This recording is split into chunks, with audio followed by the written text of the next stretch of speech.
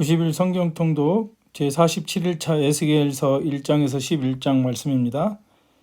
에스겔은 유다의 그 세 차례 바벨론 포로 중에 두 차례 제2차 바벨론 포로로 끌려가죠.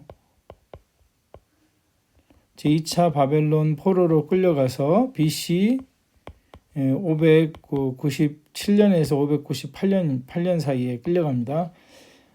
끌려가고 에스겔은 거기에서 5년 후에, 그러니까 에스겔은 지금 어디에서 예언을 하고 있냐면 예레미야하고 동시대의 예언자인데 5년 후에, 그러니까 바벨론으로 끌려간 5년 후에 선지자로 부름을 받습니다. 그러니까 지금 바벨론에서 예언을 하는 거예요. 바벨론에서 예언한 선지자가 또 에스겔과 다니엘이 예언을 하고 있죠. 이 두 선지자에 대해서 지금 이제 보겠습니다. 에스겔 선지서는 바벨론 제국에 의해서 포로로 끌려가 바벨론에서 포로 생활을 하고 있는 유대인들을 위해서 쓰여진 책입니다. 에스겔 선지자는 남유다의 선지자로서 유다가 바벨론에 의해 침공당하여 멸망하기까지 3번의 포로 유배가 있었는데 그 3차례의 포로 유배 중 2번째 기간에 끌려갔습니다. 첫 번째는 BC 605년 여호야김 왕이 바벨론 왕 느부갓네살에게 패배하고 유력한 유대인들을 포로로 끌고 갔는데 이때 다니엘 그리고 그의 세 친구들도 끌려갔습니다. 두 번째로는 BC 598년에 느부갓네살 왕은 여호야긴 왕과 에스겔을 포함하여 약 1만 명의 포로를 잡아갔습니다. 이게 열왕기하 24장 14절에 기록이 되어 있고요. 이때 예레미야 선지자는 유다 땅에서 사역을 하고 있었고 에스겔과 다니엘 선지자는 바벨론에서 사역을 시작했습니다. 그러니까 이제 외국에서 예언을 한 두 사람이 누굽니까? 에스겔과 다니엘이 어디에서요? 바벨론에서 예언을 하고요.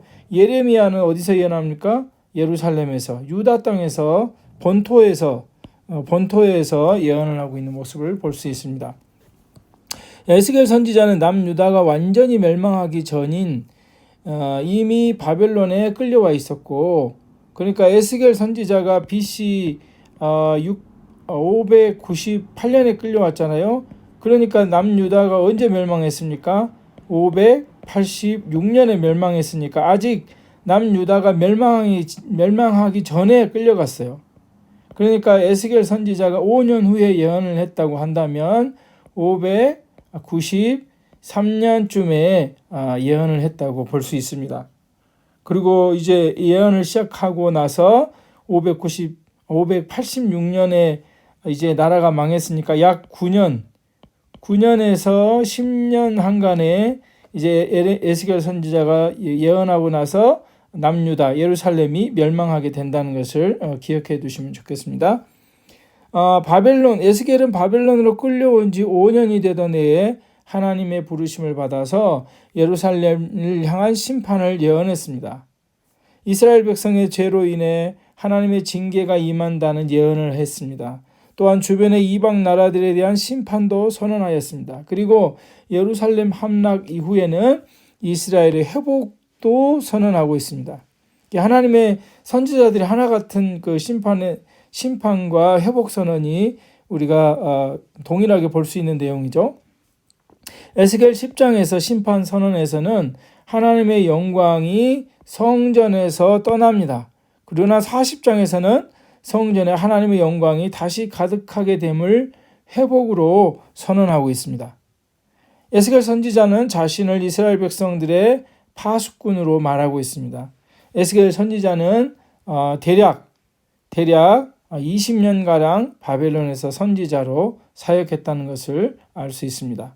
에스겔서 요약을 보면 1장에서 3장은 첫 번째 환상과 에스겔을 파수꾼으로 부르신 하나님, 그리고 이제 4장에서 24장은 유다에 대한 징계와 심판 예언. 그러니까 예루살렘만 지금 남았잖아요. 유다가 아직 멸망하지 않은 상황이죠.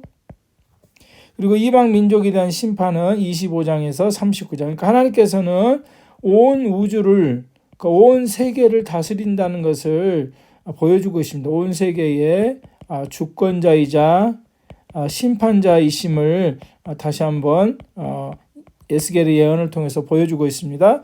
그리고 40장에서 48장은 새 예루살렘, 아주 중요한 포인트입니다. 성전에 관한 이상. 그러니까 예루살렘이 에스겔 선지자가 598년에서 597년 사이에 하나님의 부르심을 받았는데, 부르심이 아니라 그러니까 BC 598년, 597년에 2차 포로로 바벨론에 끌려가잖아요. 그리고 5년 후면은 약 593년에서 592년 사이죠. 이때 부름을 받은 거예요. 5년 후에. 5년 후에 부르심을 받았으니까. 그리고 나서 남유다가 언제 멸망합니까? 586년에 멸망하거든요. 그러니까 아직 에스겔이 예언할 때는 남유다가 멸망하기 직전입니다. 그런데 멸망하기 직전인데 에스겔서 40장에서 48장에 보면 이제 성전이 멸망하지만 새 예루살렘 성전에 관한 이상을 보여주면서 하나님의 그 원대한 계획을 다시 한번 에스겔 선지자를 통해서 말씀하고 계시고 있습니다.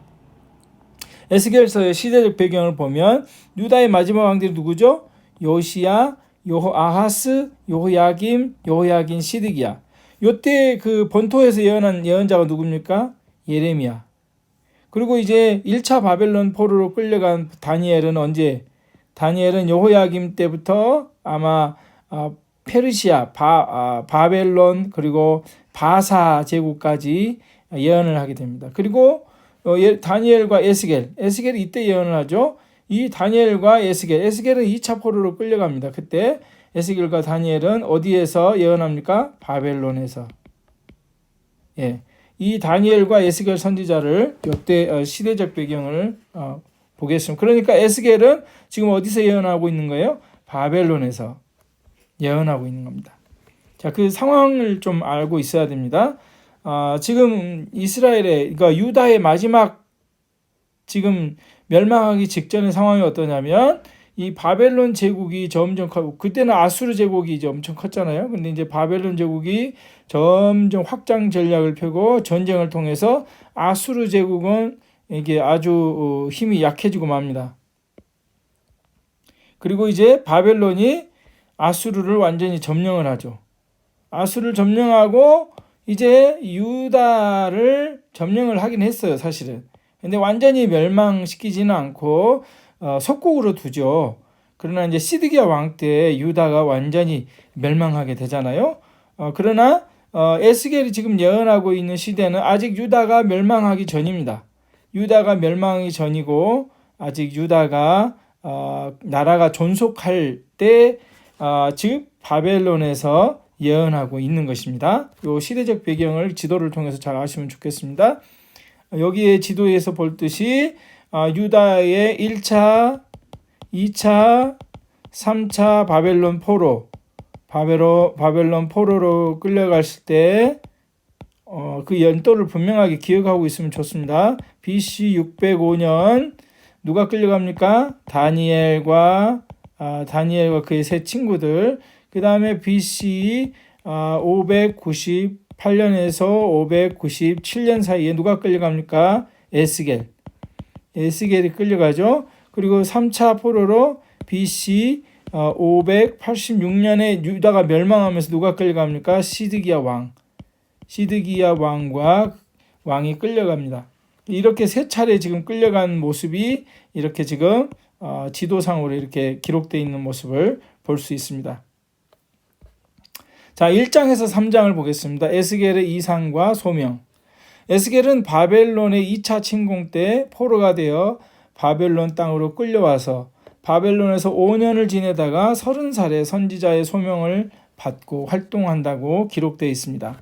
이게 이제 에스겔서 1장 1절에 보면 30째 해 넷째 달 초 닷새에 내가 그발 강가에 사로잡힌 자 중에 있을 때에, 그래서 그리고 나서 이제 요 30째는 30년인데 정확하게 이게 에스겔의 나이를 말하는 건지 갑자기 이 30년은 무슨 30년일까 이제 학자들이 논쟁을 하는데 아마 에스겔은 나이로 추정하고 있습니다. 왜냐하면 2절에 보면 1장 2절에 보면 여호야긴 왕이 사로잡힌 지 5년 그달 초닷새라.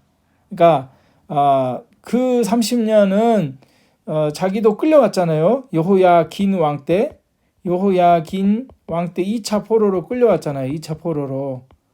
그 2차 포로로 끌려가고 왕이 사로잡힌 지 5년이 됐대요. 5년이 됐고 1절에 보면 30년이 된 거예요.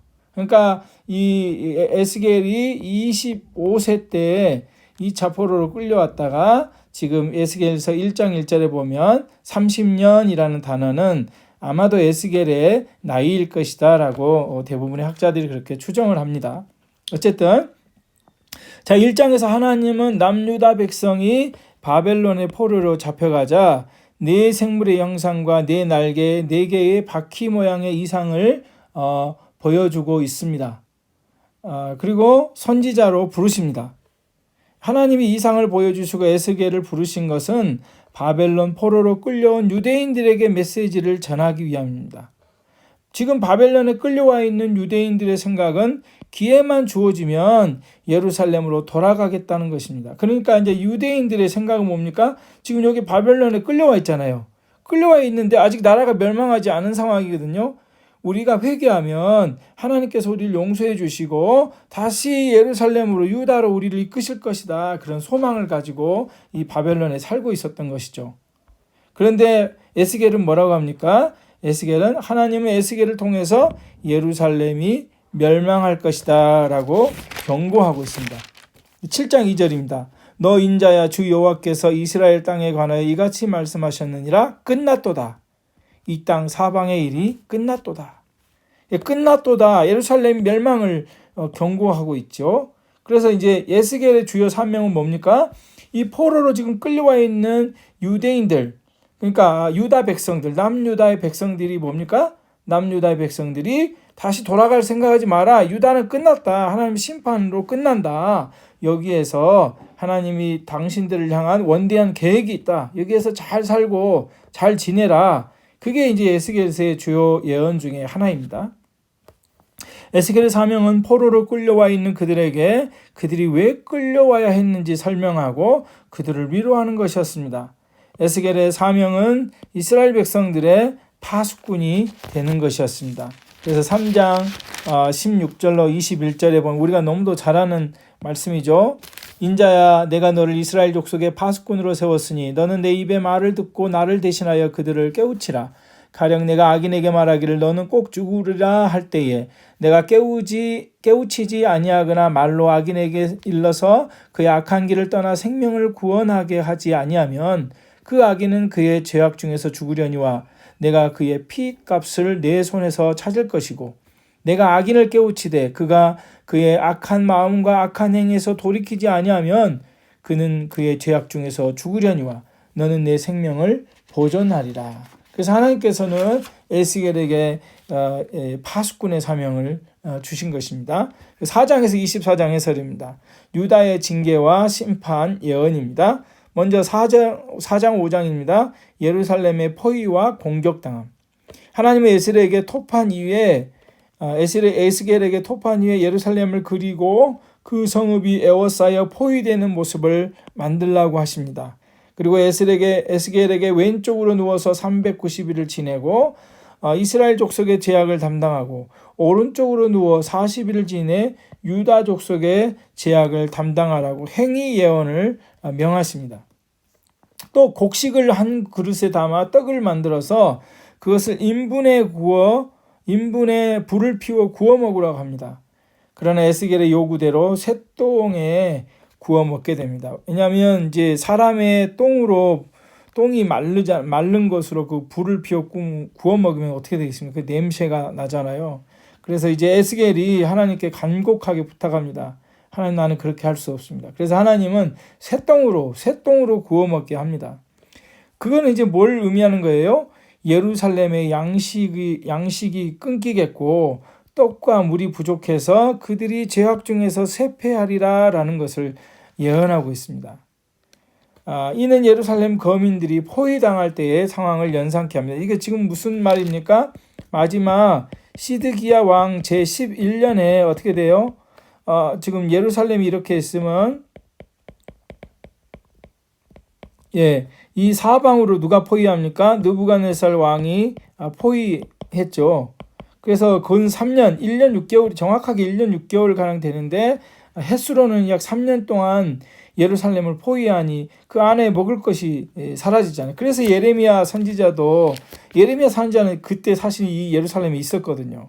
어쨌든 에스겔은 예루살렘에 있지는 않았지만 예루살렘 거민이 포위를 당하게 될 상황을 말해주고 있는 것입니다. 또한 에스겔은 머리카락을 잘라 성읍 안과 사방에 흩으시고 불사름으로 예루살렘의 멸망을 예언하고 있습니다. 그 이유가 무엇입니까?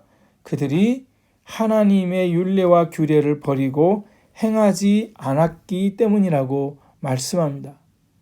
그러니까 얼마나 부패했으면 그러니까 똥으로 인분의 불을 피워서 구워 먹으라고 할 정도면 물론 그들이 처한 상황을 얘기도 하고 있지만 영적인 상황을 또한 말해주고 있습니다. 그만큼 심각하게 부패했다는 것을 얘기하고 있고요. 또한 하나님은 전염병과 기근과 칼로 멸망시킬 것을 예언하고 있습니다. 5장 12절에 보면 너희 가운데 3분의 1은 전염병으로 죽으며 기근으로 멸망할 것이요 3분의 1은 너희 사방에서 칼에 엎드러질 것이며 3분의 1은 내가 사방에 흩어버리고 또 그 뒤를 따라가며 칼을 빼리라. 처참한 예루살렘의 모습을 보여주고 있습니다. 6장에서 7장입니다. 우상 숭배를 심판하시는 하나님. 여호와께서는 이스라엘 백성들의 우상 숭배를 심판하시겠다고 말씀하시며 전염병과 기근과 칼로 심판하시겠다고 재차 예언하게 하십니다. 그들은 하나님의 심판을 받고서야 여호와께서 진정 하나님이신 줄 알게 될 것이다라고 선언하고 있습니다.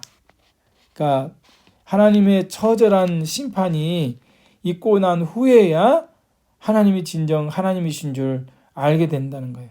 사실 우리가 매 맞기 전에 하나님 앞에 순종하고 하면 좋은데 우리 인간의 죄악상은 무시 못한 거죠. 아무튼 에스겔서 8장에서 11장 보겠습니다.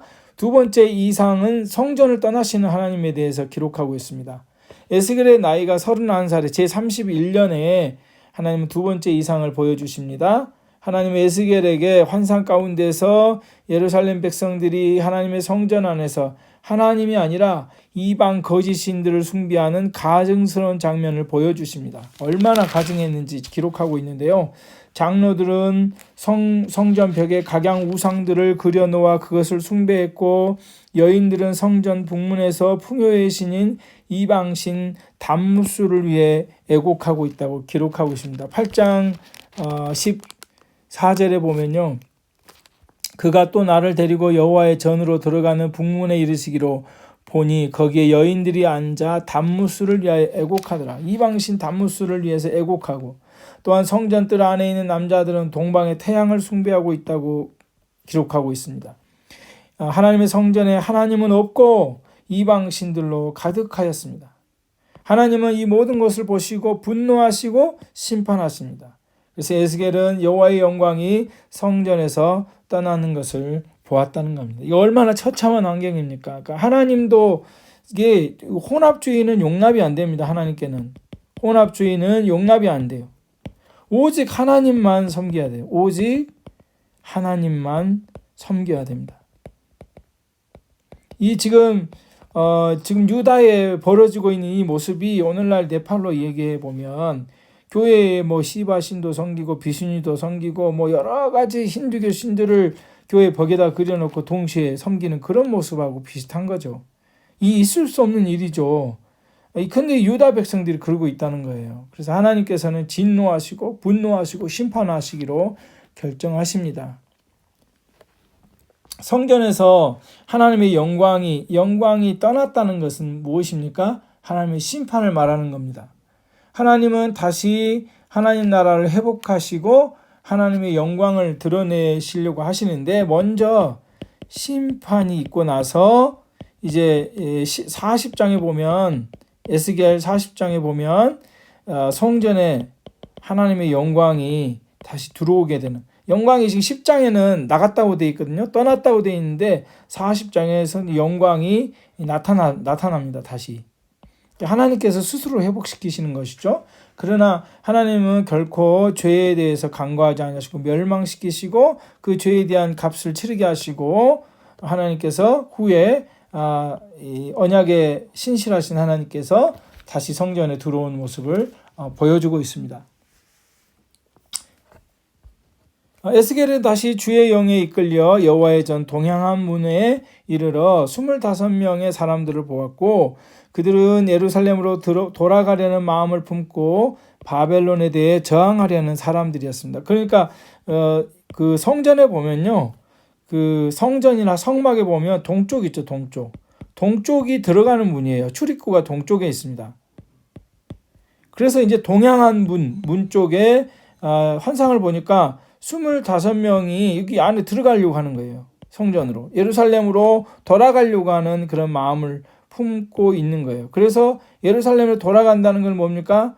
바벨론에 저항한다는 거죠. 반역을 일으키려고 하는 마음을 품고 있었던 겁니다. 그러나 에스겔은 하나님의 심판을 선언합니다. 예루살렘 성전이 멸망하고 예루살렘이 완전히 멸망할 것을 선포하죠. 너희가 내 율례를 행하지 아니하며 규례를 지키지 아니하였기 때문이라고 말씀하십니다. 아니 예루살렘에 하나님의 성전을 두었는데 그 성전에 온갖 우상으로 가득한데 성전을 미신처럼 섬겼던 사람들이 과연 하나님께서 그 성전에 계시겠냐는 말이에요. 하나님께서 너희가 내 율례를 지키지 아니하고 규례를 지키지 아니하였기 때문에 너희를 심판한다라고 말합니다. 그리고 에스겔이 예언할 때 그 무리 중에서 블라드아가 죽습니다. 그러나 하나님께서는 이스라엘 백성이 악한 마음을 버리고 우상 숭배에서 돌아서면 하나님은 그들에게 한 마음을 주시고 새 영을 주며 부드러운 마음을 주어서 내 율례를 따르며 내 규례를 지키게 하시고 내 백성이 되게 하신다는 그런 회복을 선포하고 있습니다. 11장 19절에 20절입니다. 제가 한번 읽겠습니다. 내가 그들에게 한 마음을 주고 그 속에 새 영을 주며 그 몸에서 돌 같은 마음을 제거하고 살처럼 부드러운 마음을 주어 내 율례를 따르며 내 규례를 지켜 행하게 하리니 그들은 내 백성이 되고 나는 그들의 하나님이 되리라. 우리의 마음 가운데 성령께서 오늘날 내주하시죠. 성령께서 오늘날 내주하셔서 우리에게 부드러운 마음을 주셔서 하나님을 믿게 하신 것입니다. 우리가 우리 스스로 믿었다기보다 하나님의 성령께서 우리에게 부드러운 마음을 주시고 하나님을 믿는 믿음을 주신 것이죠. 고린도후서 1장 22절에 보면 그가 또한 우리에게 인치시고 보증으로 우리의 마음에 성령을 주셨느니라. 성령께서 우리에게 부드러운 마음을 주십니다. 그리고 고린도전서 12장 3절에 보면 그러므로 내가 너희에게 알리노니 하나님의 영으로 말하는 자는 누구든지 예수를 저주할 자라 하지 아니하고 또 성령으로 아니하고는 누구든지 예수를 주시라 할 수 없느니라. 그러니까 성령께서 우리 마음에 예수를 주라고 고백할 수 있도록 믿음을 주신다는 거예요. 하나님께서 우리에게 은혜의 메시지, 지금 이 이스라엘 백성들에게 회복을 선포하시는 것은 은혜의 메시지를 지금 전하고 있는 것입니다. 오늘 우리에게도 이 성령으로 은혜의 메시지를 주고 있다고 할 수 있습니다.